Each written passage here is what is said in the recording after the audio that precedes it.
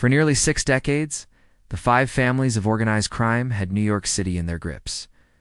They were so powerful that they seemed untouchable. But by the 1980s, law enforcement had a new weapon at their disposal: wiretapping. And with it, they would pull back the curtain on these infamous crime groups. Today, let's look at how the FBI took down the five families. The Italian-American Mafia is often called the Five Families due to the fact that there are 5 main crime groups based in New York. These families are the Bonanno, Colombo, Gambino, Genovese, and lucchesefamily families. It all started way back in the early 1900s, when Italian immigrants came over to the United States and quickly found that life was tough. The only way to get ahead was to join a gang. That's when the five families were born. As time went on, each family became more powerful than the last. By the 1920s, the five families had become so powerful that they could control the entire city of New York. They did pretty much whatever they wanted. Bootlegging, extortion, murder, gambling, and prostitution were just some of the crimes that these families were involved in. By the 1930s, these 5 crime families were very well established. They controlled most of the racketeering, extortion, gambling, and narcotics trafficking in the United States. At this time, there was no effective law enforcement. In fact, many police officers were actually part of the Mafia, so if you got hit with a Mickey Mouse operation, chances are the cops wouldn't do anything about it. It wasn't until after World War II that the government started to crack down on the Mafia. However, by this time, the five families had already made so much money that they were able to hire some of the best lawyers in the country.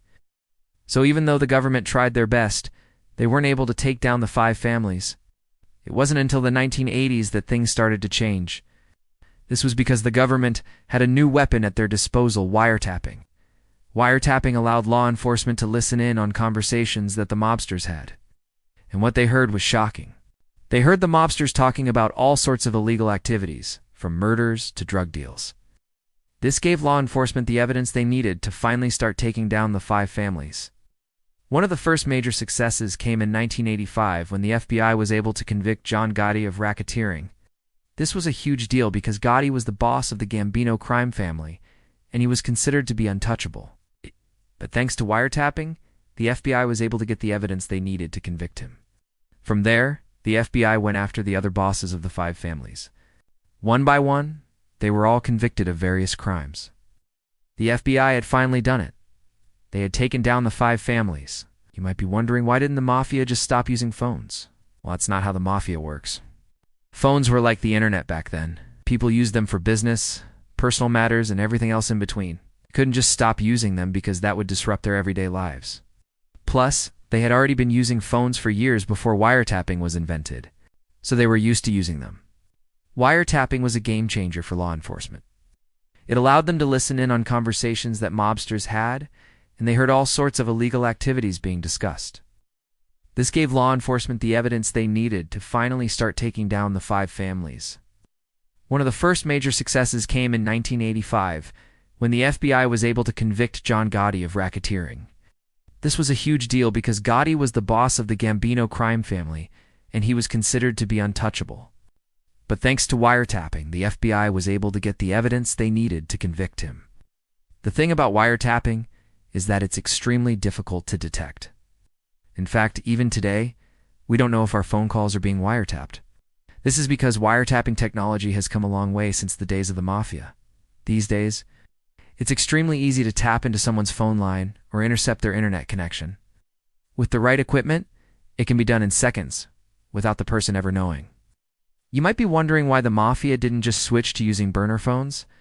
Back in the day, burner phones were pretty easy to track.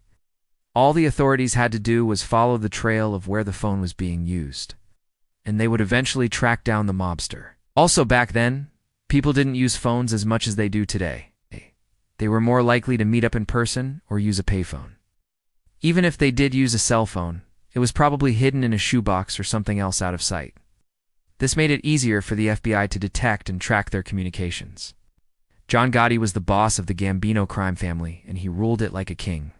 He had complete control over his soldiers, and they would do whatever he asked them to do. He was known for being flashy and generous.